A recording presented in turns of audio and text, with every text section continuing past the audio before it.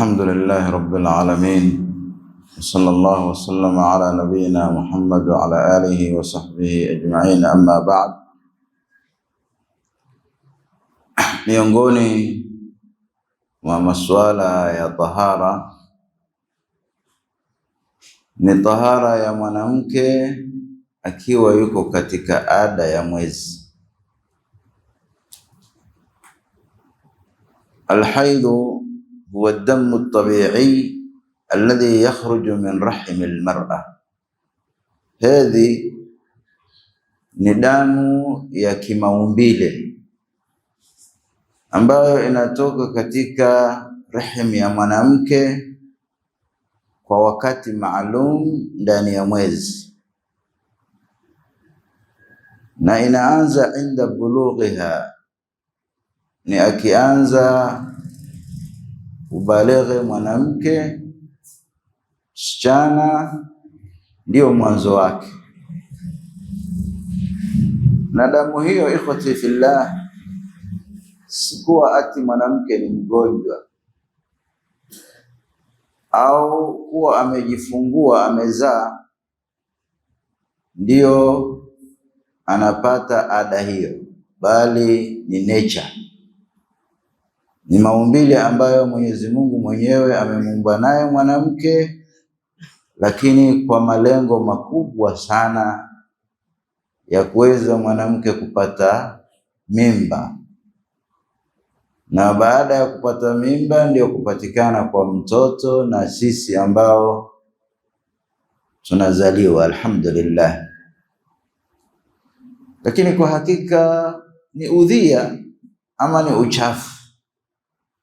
Katika aya ya 222 katika suratul Baqara, Allah asema, wayasalunaka anil mahid qul huwa adha fa'tazilu an-nisaa fil mahid wala taqrabuhunna hatta yatahurna. Wanakuuliza juu ya hali ya mwanamke wakati yuko na hedhi, sababu wakati wa jahilia mwanamke akipata hiyo ada ya mwezi, sababu ni lazima kila mwezi, kama ni mzima si mgonjwa, walikuwa wakimtenga, hata watu hawakai na yeye wala hawakuli chakula na yeye, kwa sababu wanaona kuwa yuko katika hali ya uchafu, amechafuka. Ndio Allah akasema mwanamke akiwa yuko katika hali hiyo, fa'tazilu nisa, kaeni mbali na hao wanawake, msifanye kitendo cha jimaa hata yatuhurna, mpaka wapate tahara. Akisha tahirika, zile siku zimeisha, basi waendeeni mtangamane nao kimwili katika ile njia ya sawa aliyoamrisha Allah tabaraka wa taala, kwa sababu kuna wengine wanashika njia mbaya, waliyadhu billah. Kam anwa'u dami alkharij min farji almar'a, ni sampuli ya damu ngapi inayotoka katika tupu ya mwanamke? Iko aina ngapi? Na kwa kuwa wewe ni mwanamume, si kwamba wewe ni bora kuliko mwanamke, lakini hii ni maumbile ambayo Mungu mwenyewe ametaka iwe hivyo ili kizazi iweze kupatikana, na hiyo damu inatoka katika rahim, katika ile fuko ya uzazi ya mwanamke. Yakhruju min farji almar'a thalathatu dima'in, damu inayotoka katika sehemu ya nyeti ya mwanamke iko tatu: damu alhaidhi, damu ya hedhi; damu nifasi, kwa lugha nyingine inaitwa damu alwilada, damu ya mwanamke akijifungua.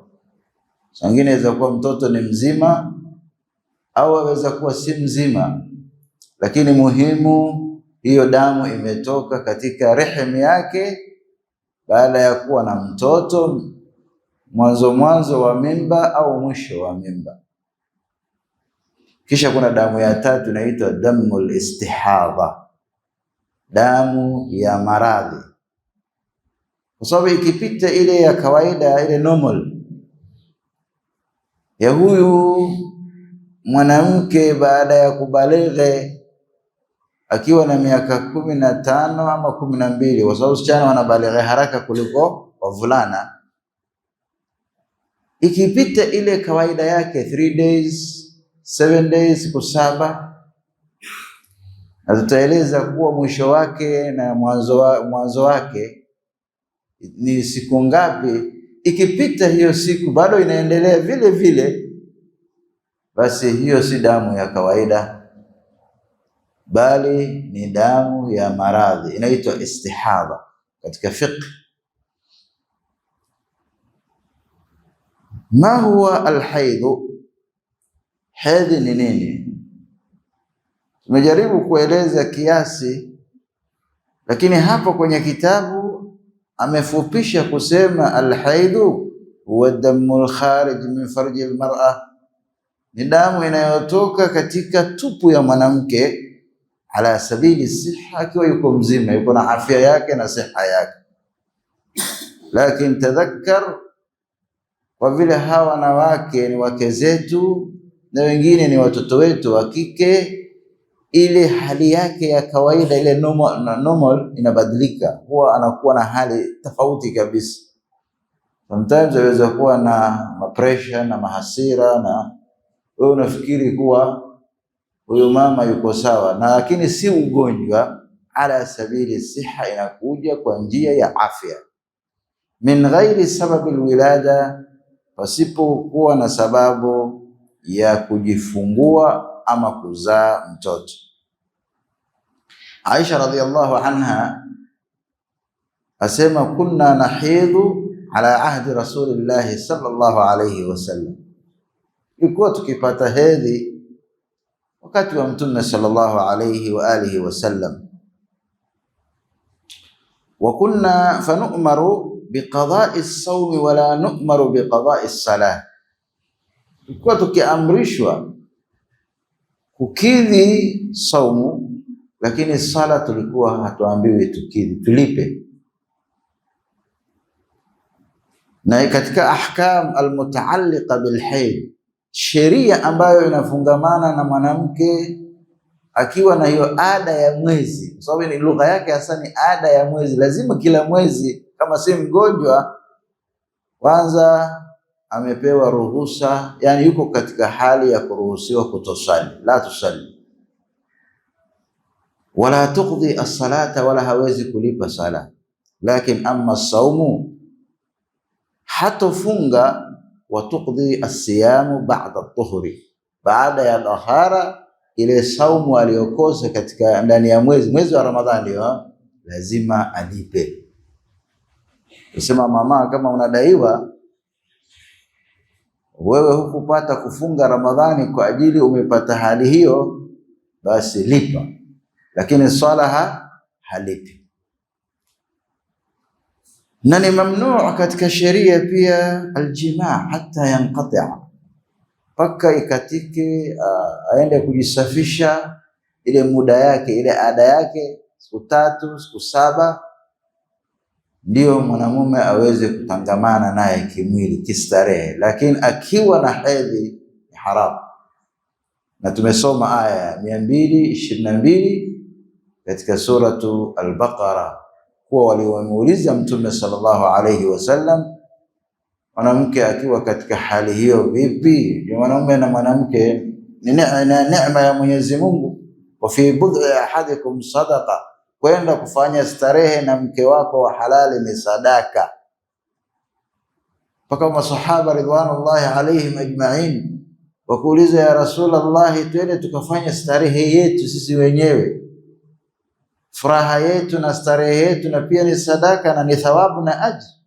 Mtume asema, je, mkienda kwa haramu itakuwaje? Si ni madhambi? Hivyo hivyo mkifanya furaha yenu, starehe yenu, ni sadaqa kwa Mwenyezi Mungu azza wa jalla. Hikmatullahi tabaraka wa taala.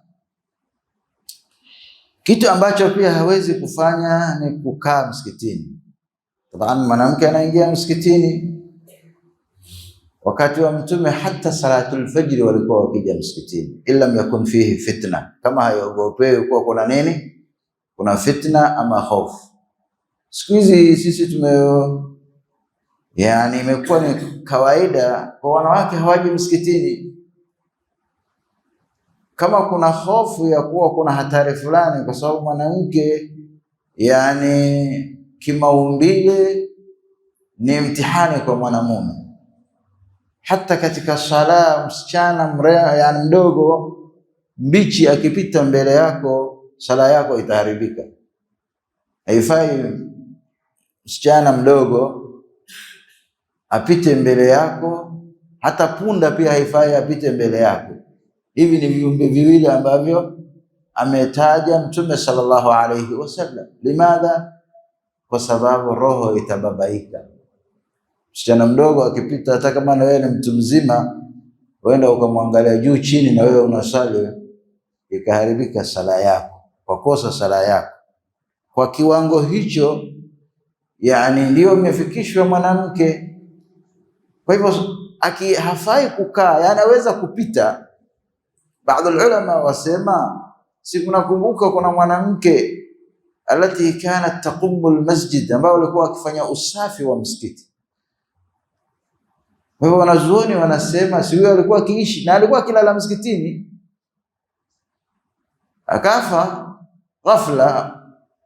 Mtume akaulizia, yuko wapi yule mwanamke ambaye alikuwa akifanya usafi msikitini? Bwana simuone siku hizi. Akamwambia, Rasulullah, tumemzika, amekufa. Akaenda Mtume sallallahu alayhi wasallam, fasalla alaiha, akamsalia. Na sala ni dua, salatul janaza ni dua kwa yule alokufa.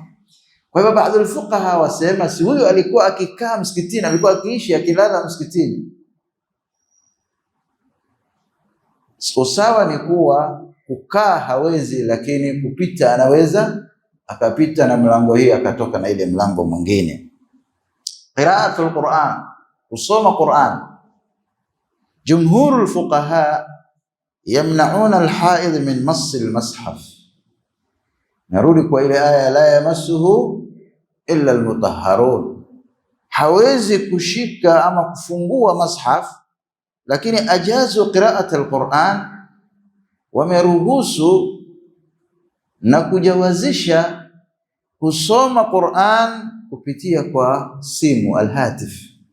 Anaweza akafungua simu yake na akasoma Qur'an, au an dhahri al-qalb, asome kwa moyo. Aweza kusoma kwa moyo na aweza kusoma kutoka kwa simu yake, hasatan idha kanat muallima, hasa ikiwa ni mwalimu. Unajua mwalimu lazima asomeshe, na hiyo mtihani iko katika vituo vya taalimu.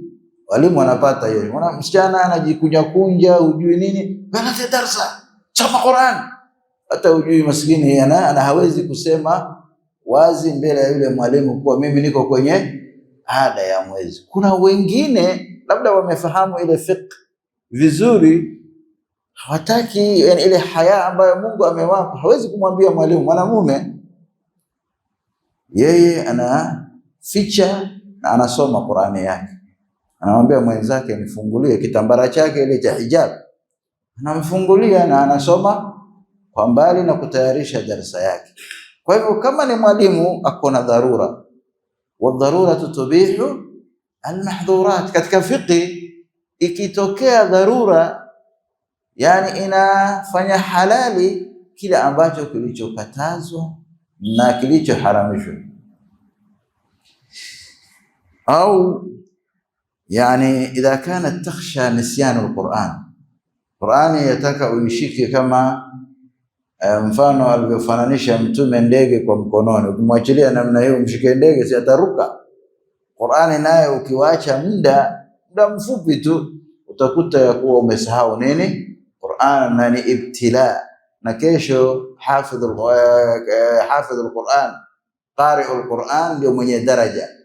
Iqra wartaqi warattil kama kunta turattil fid dunya fa inna manzilataka inda akhir ayatin taqra'uha. Ambiwa panda cheo, panda juu.